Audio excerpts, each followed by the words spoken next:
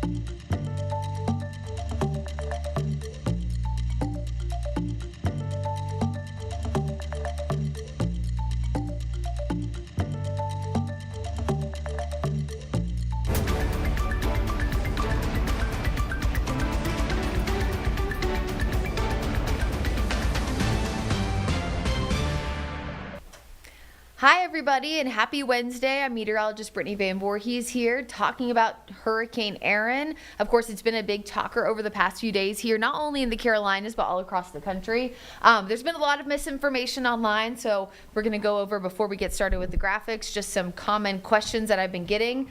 No, we are not going to be impacted here in the Charlotte area. No, Erin is never going to make landfall. No, it was never supposed to make landfall. In fact, this has been a fantastic forecast from not only local meteorologists, but also from the National Hurricane Center. Essentially, Erin expected to take the eventual track that was always expected to take, which is out to sea away from us. Now, we knew that the close proximity did mean there were going to be impacts near the East Coast. And of course, I talked about this a little bit last week as well on live weather impact, but the proximity of the North Carolina coast, especially where the Outer Banks are, kind of how it looks like a big arrow that points out to sea, just because of their closer proximity to the storm is why they have bigger impacts. Whereas oftentimes some places like Georgia coast, maybe even southern South Carolina coast, depending on where the storm sets up, maybe has lesser impacts than the Outer Banks, just again because of the close proximity. And with that being said, that's the reason why Hatteras Island was the first to do mandatory evacuation Sunday night. We're going to take a live picture here from Hatteras, where you can already see storm surge beginning to push some of those waves on shore. Inundation already happening in some of these areas. It looks like a potential truck maybe out there trying to shovel some of that additional sand. Of course, there was a mandatory evacuation again for parts of the Outer Banks beginning on Sunday night, and they've kind of teeter-tottered back and forth over the last few days. A state of emergency issued as well for the state of North Carolina. And just a reminder that the reason why that is issued from the governor's office, doesn't matter which state you are here in the United States, those are issued when they are expecting to need aid for potential redevelopment. That could be damage, that could be beach erosion later, beach renourishment projects, things of that nature. Because remember, it's not just about what the storm's doing now, but it's long-term impacts. When we had back-to-back years of areas along the coast being impacted by really big storms, like Matthew in 2016 and Irma in 2017, and then Florence in 2018, if you remember, it looked like our coastline, East, South, and North Carolina, was just constantly going through beach renourishment because those things have to happen. And when you get back-to-back storms, that can be a bad thing as well. So just something that we'll be thinking about over the next few weeks after Erin pulls away from the Carolina coastline. And speaking of Erin, right now the storm is still a few hundred miles away. At its closest approach right now to the North Carolina coast, again, this is based on where it is right now, it's about 300 miles away. And that's, again, the center of the storm. So here's the center of the storm. Here's, again, the closest approach there to the Outer Banks. So about 270 miles. Now here in the Charlotte area, it's about 500 miles away. So again, we know it's not going to give us any impacts. We already knew that, already expected that. So that's, of course, good news. A wider view here of Erin, though, you can see the powerful Category 2 hurricane, as well as a pretty noticeable line here of storms from Mississippi, northwestern Alabama, all the way into the North Carolina mountains. Now that is a completely different setup. It's actually based on a cold front that's currently situated over those same areas. That is part of the big system that keeps Erin away from the U.S., but it also brings us some slightly better rain chances heading into the day on Friday, and cooler air. Again, cooler is relative, but cooler air and more clouds heading into Friday and Saturday. So here's the biggest impact with Erin right now.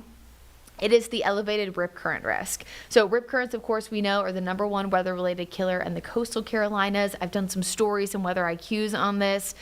Rip currents, unfortunately, only about 20% of the deaths, this isn't necessarily, I guess, unfortunately or fortunately, but about 20% of the deaths that happen along the Carolina coast specifically, this is data from the National Weather Service in Morehead City that I got from their warning coordination meteorologist when we did our interview, is about 20% of those deaths are people who live locally in the Carolinas. So another 80% are actually people who are normally visiting and tourists. So we talk about it, of course, all the time because we want to make sure people are staying weather aware, but it's also something that maybe we need to have a conversation, right? If you're talking to your friends and family who maybe you live in Charlotte, but they're visiting the Outer Banks from Minnesota, those are the places that maybe we need to be having a conversation so they're aware of that as well. And it can also just be this time of year because so many people are visiting and there's an influx, of course, during the summertime. Now, rip currents have already been happening. Wave heights have already been elevated, but the winds are going to deteriorate over the next 12 or so hours. So by the early morning hours on Thursday, so between 3 and 6 a.m., we'll be seeing wind gusts around 40 to 50 miles an hour. Now, those are wind gusts. Remember, a gust is not sustained for a long period of time. In terms of sustained winds, we're only about a 30 to 40% chance that Hatteras Island, so the eastern side of the Outer Banks, will see that. My best assumption, guess, forecast, prediction, whatever you want to call it, based on what Aaron has done so far, is that we will see wind sustained around 30 miles an hour at a maximum, with wind gusts around 50 to 55 at its peak. So again, difference between sustained versus gusts. Sustained, of course, lasts much longer. So here's Thursday morning, 6 o'clock. This is about 10 or so hours from right now. You're starting to see those wind gusts again near the immediate coastline between 45 to 50 miles an hour. If you're thinking of this in terms of what we are used to here in the central part of the Carolinas, 58 miles an hour, that is the threshold for a severe thunderstorm warning. We get those all the time. And so this is, again, similar to a severe thunderstorm warning, which we know 90% of our wind damage in the Carolinas is caused by severe thunderstorms. So it, again, is something that we keep a very close eye on. Again, deterioration over the next 12 hours. And then by the time you're hitting lunchtime tomorrow, we're starting to see those winds begin to die down. We'll go quickly from 50 to 40 to 30. And then by Friday, around the same time, 6 a.m., pretty much back to business in terms of winds along the immediate coastline there. High rip current risk from now through Friday. We turn moderate on Saturday. There are two systems looking like they're almost behind Aaron. I will tell you that the first one that's highlighted in that 60% chance over the next 7 days looks to take a similar trek. That split in the high pressure turns it north and eventually northeast, and it doesn't even look like it makes it as far west. So that's good news so far. If that were to get a name, it would be the F name this year, which is Fernan. Yes, it is not spelled that way, but remember that the World Meteorological Organization uses English, Spanish, and French for the name. So sometimes you'll see a name that maybe is not pronounced the same way in the United States. So just remember, it is a mix of different languages, not just us. Now, the system after it, you can see that 40-40, still way too early to know where that system could go, but certainly something we're keeping an eye on. Here's satellite and radar locally. Again, that cold front that is to our north and west is part of the reason why Aaron stays away from making landfall in the Carolinas, but it has prompted some areas of rain. In fact, Watauga County still under a flash flood warning from earlier today. Rain starting to taper off now, but they had some heavy pockets of rain and really slow moving storms earlier. Still seeing some action there in parts of Avery County, and if we shift a little bit further south, you can see a few pop-up storms there on the northwestern side of Lincoln County, as well as in Cleveland County at this hour. Most of these storms will start to fizzle out as we get closer to 10 and 11 o'clock. Tomorrow is a rinse-repeat forecast as we stay dry to start off Thursday. A few pop-up storms in the afternoon, and then there's that additional cloud cover and a few more chances for rain, mainly west of I-77 by Thursday, or by Friday, that is, and Saturday. One of the reasons why we see a big temperature drop tomorrow, temperatures are right where they should be, upper 80s to near 90 degrees, and then a big drop Friday, Saturday with more clouds. Will increase again. In fact, the first day for CMS looks fantastic there on Monday, mostly sunny, 87. And then another big cool down is coming. We had a really hot July, the second hottest ever in Charlotte. Then we had a cool and wet start to August, and it looks like a cool end to the month as well. If you're at home thinking, will we see 90 again before the end of the year in Charlotte? Most likely, yes. This does not mean that we're done. Oftentimes we see 90 plus in the month of September. Now, if it was almost the end of September and we're getting closer to October, that's when we can say a lesser likely chance that we'll see 90 again. But I wouldn't expect this to be your last cool down or even last heat wave of the year so far. So here's your 7-day forecast. Upper 80s to near 90 tomorrow. Very little chances for storms overall. So we'll watch them closely, of course, for the Panthers at home at Bank of America Stadium, especially for any isolated thunderstorms. Remember the threshold 8 miles away from BOA. They will have to delay action, of course. Friday, Saturday, again, more clouds. Few more chances for rain, mainly west of 77, low 80s, which would be a nice little change. And then temperatures will soar back to the upper 80s to near 90 by early next week. But you can very clearly see that additional drop by next Tuesday and Wednesday. I'm going to leave the 7-day forecast up here for a second so you can bask in the glory that is next Monday, which is also the first day for CMS students. And we're going to bring in Chief Meteorologist Tim Buckley from our sister station, WFMY. He's here. Hello. Good to see you. It's great to see you as well. Lots to talk about today. There's so much to talk about. I thought your cameras that you sent me earlier were really, really great. So why don't you kick things off with that, Tim? Okay, yeah, I think that's the topic of the hour, right, Brittany? So the whole thing with Aaron has been water. We've been telling people the danger is with the water. If you stay away from the water, if you stay away from the surge, the rips, the waves, you're going to be safe with this storm. But in the Outer Banks, there's that water danger that really is a lot different than other parts of our state and really most of the country. So, Jeb, I'm going to pop this up on my weather computer here. You should be able to see this. So we've got a quad box now of 4 different areas of the Outer Banks. So if you look at this is all on Highway 12.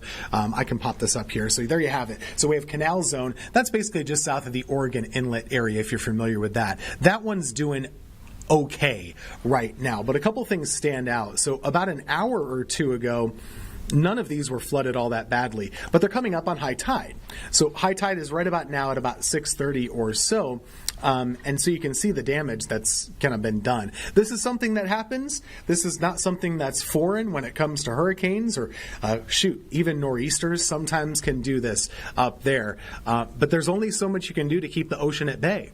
And Brittany, I think right now we have 2 factors going on. Not only do you have some storm surge with a kind of persistent onshore flow with the winds, but you have 10 to 15 foot waves that are crashing on top of that. So that on top of high tide now does appear to have flooded Highway 12, so it's effectively closed in some locations. This is Buxton right now, which I know we've been looking at as well. This is probably going to be the worst it gets throughout the next couple of hours. Then it might get a little better off of high tide, but you have another high tide coming up at about 7 tomorrow morning. That's probably going to be the worst one.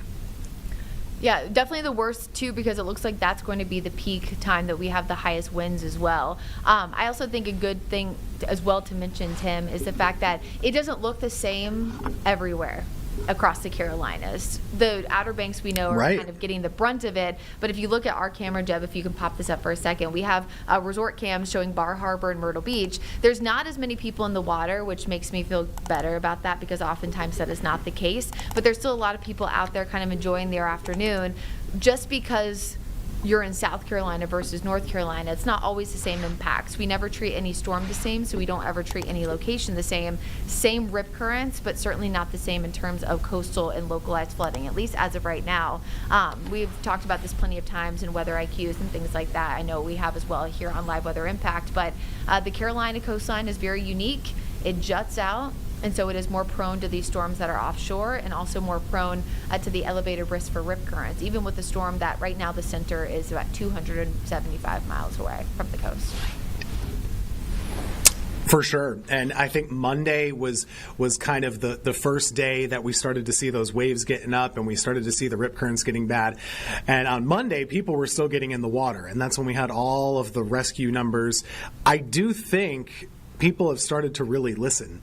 The last couple of days, it looks like they've stayed out, haven't heard of as many rescues being made, and that's hopefully just due to the fact that people are listening. But this is a little bit different than other hurricanes that I can remember, Brittany. The size of the swells and kind of the area covered by them, it's basically the whole East Coast. I mean, these waves are not typical North Carolina waves. I mean, here we are in Atlantic Beach.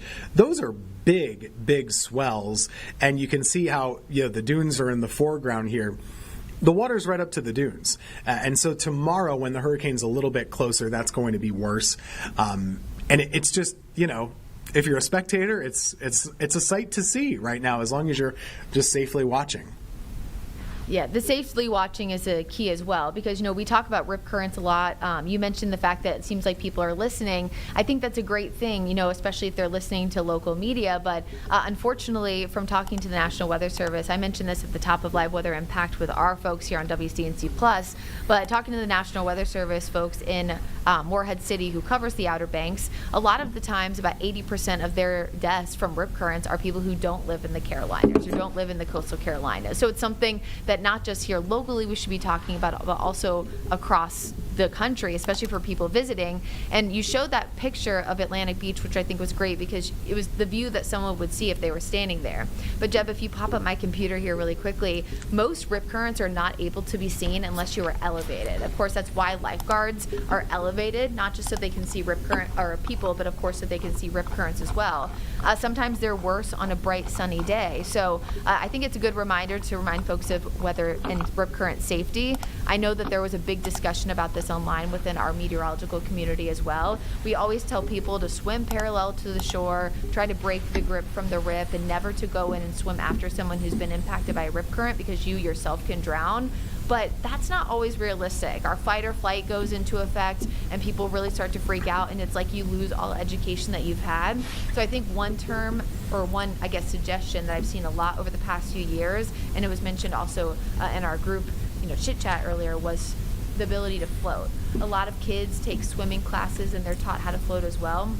When you float and you allow for your body to lay on top of the water, you're less likely to be hurt rather than getting pulled out to sea or drowning because you're fighting against the wave. So if you feel like you lose all your knowledge about how to swim parallel to the shore, not to swim against it, remember that you can always flip on your back and float. And that is probably, if you can't remember to swim parallel to the shore, the second safest way to wait for help to arrive.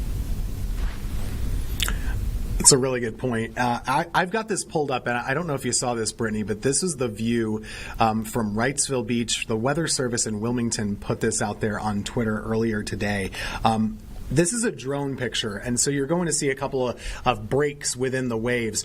This is about as good of a view as I've seen of a rip current before. See where it's all sandy? Right there, that's all the water pushing back out to sea. So all that big wave energy that comes in, it's got to go back out.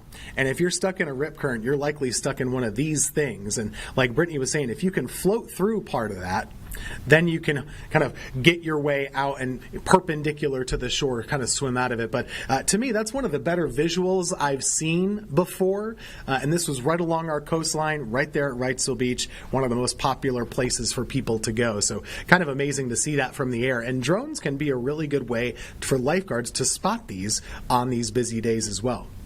Yeah, that is a fantastic view. We really don't get those that often, which is why I just have a screenshot from, last summer or whatever when I saw a good picture. But it's also really interesting because you can literally see the current itself. The waves trying to come in, the current's being pushed back out. And so think about it, that we know the power of water.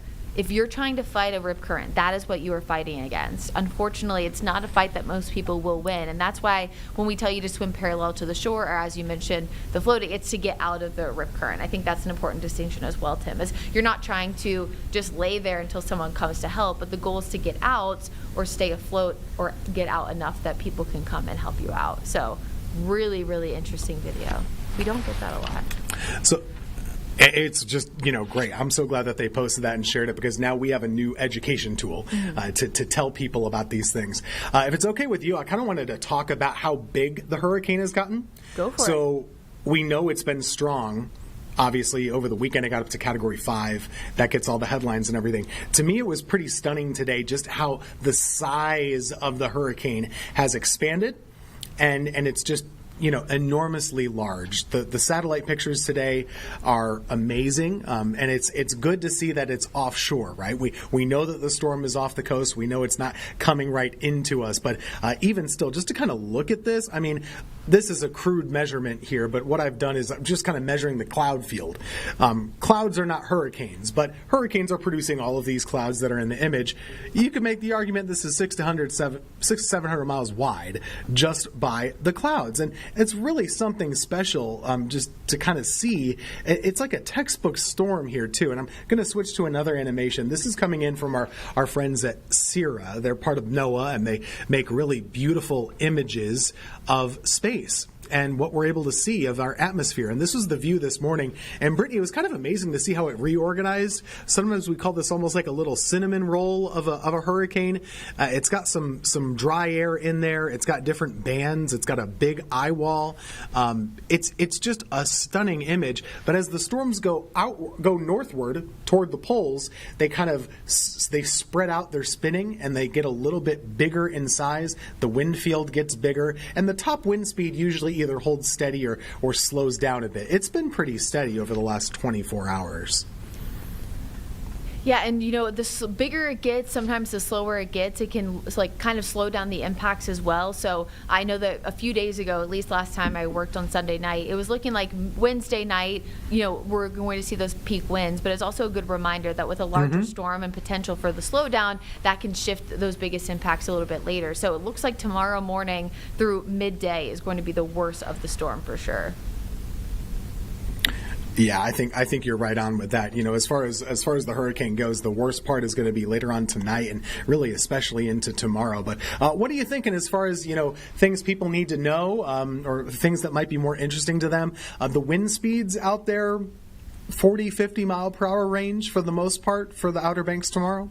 Yeah, I mean 40 to 50, maybe up to 55, and I used this reference in our before we got together, Tim. But that's to give people a perspective. That's about a severe thunderstorm warning. So we get so many of our wind damage from severe thunderstorms, and so when you think a severe thunderstorm warning being issued, that would be the threshold for that to be developed.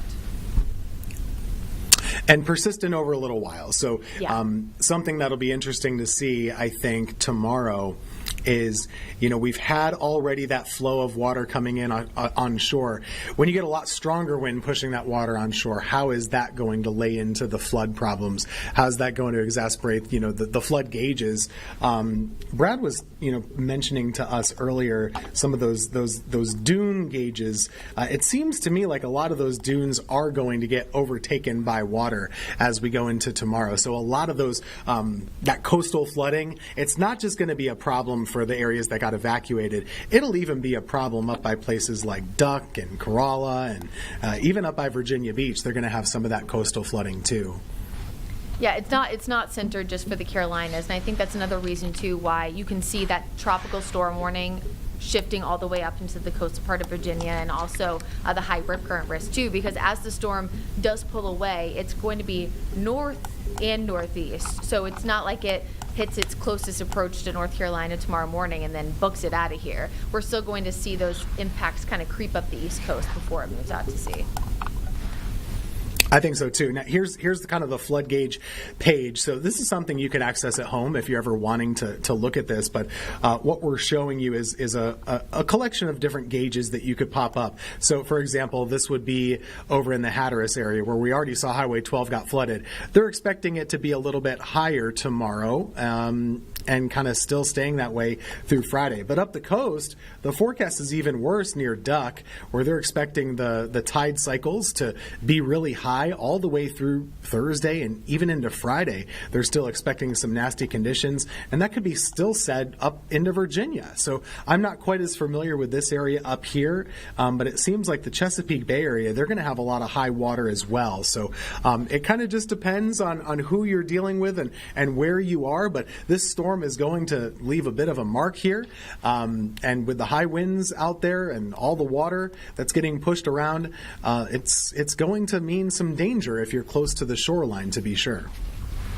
Yeah, and of course they're also going to see some of the outer bands of rain, but I think a lot of people, I've seen some comments online as to, why are we not talking much about rainfall, things like that. Remember, the center of the storm staying so far offshore means that the rain is not going to be a concern. It's the water being pushed inland, the storm surge, the coastal flooding, the beach erosion, of course, and the gusty winds. We are also seeing impacts, of course, from storms here in the Charlotte area, and I'm likely sure Greensboro as well, but has nothing to do with Aaron. I think that's an important distinction as well, too. Yeah, it's true. So no rainfall for us. And I think, Brittany, maybe folks have been trained around the Carolinas to and rightly so, watch out for the rain when it comes to hurricanes, because so much of our impacts have been from rain with hurricanes. This is an oddball where it's not going to be a factor. So there's always an exception. They're all different. Yeah, we don't treat any storm the same way, just like we don't treat anything in life, I guess, the same way. I'm sure that you have thought about this as well, but of course today is August 20th, which starts the busiest 7 or so weeks of hurricane season here in the Atlantic Basin, but also in the Carolinas, as most of our impacts typically happen in the months of September and October. That's true. August, September, October, they're always our big months for sure. And this is kind of the first stress test, I think. I feel like, I don't remember when we first started talking about this. It might have been 2 weeks ago now. We've been talking about Aaron for a while. These storms can kind of wear you out a little bit. And this one not hitting us, so you don't need to be stressed. It's not going to be all that bad for most of us watching this show right now. But just kind of buckle up, because like you said, 7 weeks is a long time. And it's typically busy. We almost always get a couple of storms in the Carolinas. And right now, we don't know how many of those will end up hitting our area or when they'll come. I think the good news is that, to me, it doesn't look like we have much of a threat over the next week or so, which is nice. Yeah, the tropical development for the first area that we know is kind of right behind Aaron looks like it takes a similar trek north and northeast away because of high pressure. And then the secondary tropical wave, long range models not too concerned about that one. We, of course, always keep an eye on every single storm, but at least in the near term doesn't look too impactful. Yeah. I also think that this is a good reminder, and this is not to seem like I'm a geography whiz by any stretch of the imagination, but I've had some friends texting, calling, asking if we're going to be okay because of Aaron. A friend even today telling me they got a call from someone else that lived in like Minnesota, calling them asking if they were okay because of this hurricane, and heard we're getting hit by a hurricane this week. Let's remember good sources online and social media when it comes to tropical information. And if we need to brush up on our geography and remember that the Outer Banks are about 4 to 6 hours away from Charlotte and Greensboro, then let's just think about the difference in impacts from those two different areas as well. Because yes, we know sometimes everybody's impacted, but sometimes it's just a few folks. And so the resources go there. Another reason why, of course, Governor Stein issued the state of emergency earlier. Yeah, and I know we're coming up on the end of it, but just a quick point on forecasts and forecast certainty. When we're 5 to 10 days away, we emphasize the uncertainty in a forecast. We also, in the 2 days that we're up right now, we know where this thing is going. It is not going to hit land. It's not going to make landfall. It will be nasty at the Outer Banks, but it'll be fine here. And just so you know. Yep. And then tomorrow, of course, we'll see the worst of it, and then it will start to get better by Friday and Saturday. Thanks for joining us for Live Weather Impact. We'll be back tomorrow, same time, same place. Tim, have a great evening. You too.